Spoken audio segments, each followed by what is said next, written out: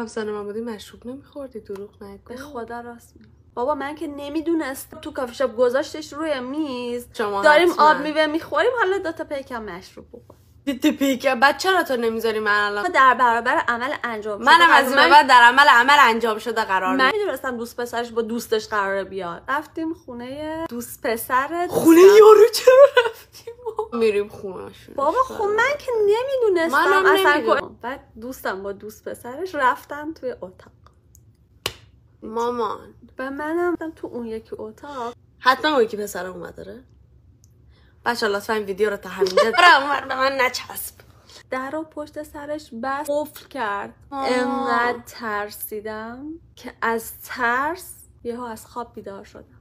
لینا خیلی نامردی. سکته میکردم. مامانای ما میذاشتن ما بریم کافی شاپ. بابا بیتا بس دیگه.